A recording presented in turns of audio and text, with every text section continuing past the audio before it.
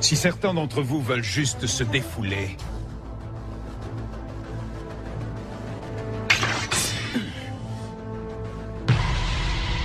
Qu'ils viennent, on est là, on les attend de pied ferme.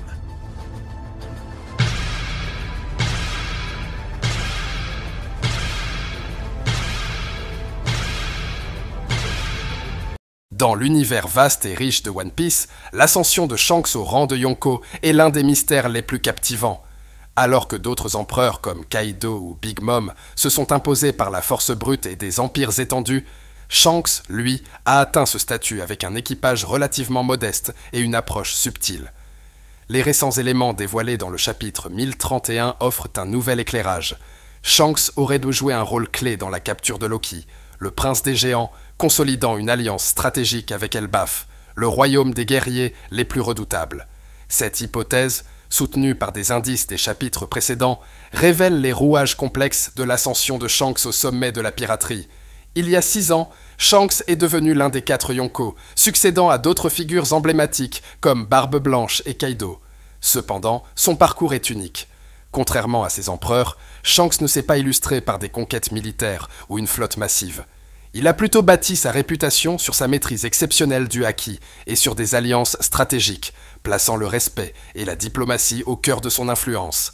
Mais qu'est-ce qui a véritablement marqué le moment où Shanks a été reconnu comme un Yonko ?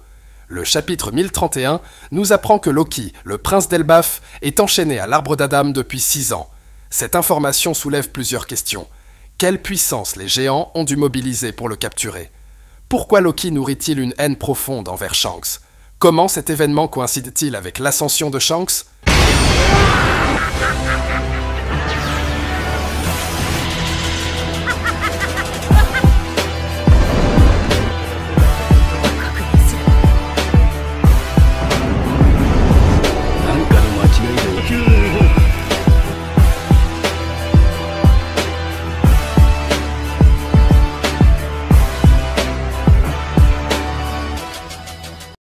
Elbaf, surnommé le royaume des guerriers, est légendaire pour la puissance de ses habitants. Les géants, avec leur force incomparable et leur sens de l'honneur, représentent une force redoutable dans le Nouveau Monde. Obtenir le soutien d'Elbaf ou en faire son territoire serait un atout stratégique majeur pour n'importe quel pirate. En tant que Yonko, Shanks aurait alors acquis bien plus qu'un territoire. Il aurait consolidé un pouvoir militaire et symbolique inégalé. Loki, en tant que prince, a assassiné le roi Harald pour dérober un fruit du démon extrêmement puissant, selon les dires des géants. Dans ce contexte, les anciens d'Elbaf auraient pu chercher un allié extérieur pour résoudre ce problème. Hypothèse d'une rébellion, Loki aurait pu tenter de s'emparer du pouvoir par la force, divisant le royaume entre ses partisans et se rester loyaux aux traditions. L'appel à Shanks, connu pour sa capacité à résoudre des conflits complexes, Shanks aurait été sollicité pour intervenir. Le rôle de Shanks dans cet événement pourrait se décliner en 2 scénarios. Une bataille stratégique.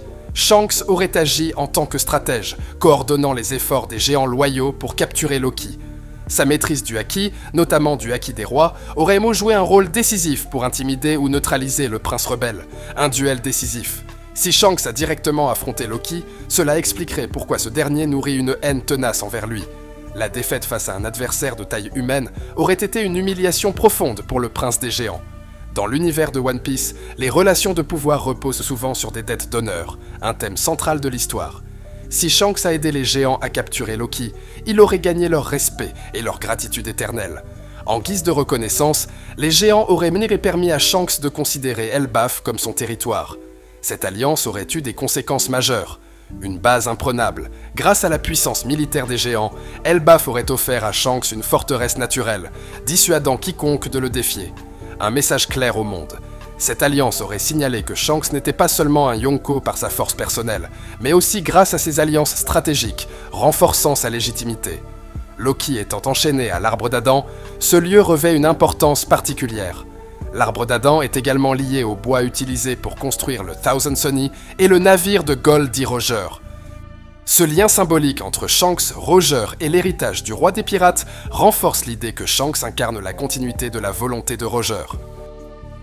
L'analyse de certains chapitres clés nous permet de mieux comprendre comment cette alliance entre Shanks et Elbaf pourrait s'être formée, ainsi que les indices laissés par Eiichiro Oda pour soutenir cette théorie. Shanks a toujours montré un respect particulier pour les valeurs des géants, notamment à travers ses interactions avec Dory et Broggy, les deux géants de Little Garden. Dans le chapitre 432, ces guerriers géants soulignent leur respect pour l'honneur et la force, des principes qui sont également chers à Shanks.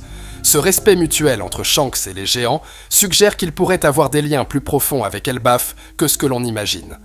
En contraste, dans le chapitre 866, Big Mom, une autre Yonko, tente de s'allier avec les géants d'Elbaf, mais son approche échoue, montrant ainsi que l'alliance avec les géants ne se fait pas sur la force brute, mais plutôt par des accords plus subtils, comme ceux que Shanks aurait pu proposer. Les géants ont un sens de l'honneur très développé, ce que Big Mom a bafoué lorsque sa fille Lola a refusé d'épouser Loki, le prince des géants. Depuis ses premières apparitions, Elbaf Olin-Ed a été dépeint comme un royaume mythique, lié à des valeurs d'honneur et de courage. Usopp, qui rêve de visiter Elbaf, souligne non seulement l'importance de ce lieu pour son développement personnel, mais aussi l'importance symbolique du royaume dans l'univers de One Piece. L'association entre Shanks et Elbaf permettrait de lier cet aspect mythologique à une stratégie politique, renforçant la position de Shanks dans le Nouveau Monde. Cette connexion pourrait aussi mettre en lumière la manière dont Shanks a su tisser des liens puissants et durables. Shanks a toujours été représenté comme un personnage équilibré, jouant un rôle de médiateur et d'intervenant pacifique, mais aussi un combattant redoutable quand nécessaire. Son sens de l'honneur, son charisme et sa capacité à maintenir des relations respectueuses et stratégiques ont renforcé son ascension au rang de Yonko. Son intervention à Elbaf aurait non seulement consolidé sa position, mais aussi démontré sa capacité à maintenir l'équilibre entre force et diplomatie dans le monde pirate. L'alliance de Shanks avec Elbaf pourrait jouer un rôle clé dans les futures confrontations avec Luffy. Les géants, en tant qu'alliés de Shanks, pourraient devenir un obstacle majeur pour Luffy et son équipage, surtout si Elbaf est impliqué dans un conflit. Un tel développement pourrait mener à une confrontation entre les idéaux de Luffy et ceux de Shanks, mettant en lumière la différence de leurs approches du pouvoir et de l'héritage des pirates. Loki, toujours prisonnier de l'arbre d'Adam, pourrait devenir un personnage central dans l'évolution de l'intrigue.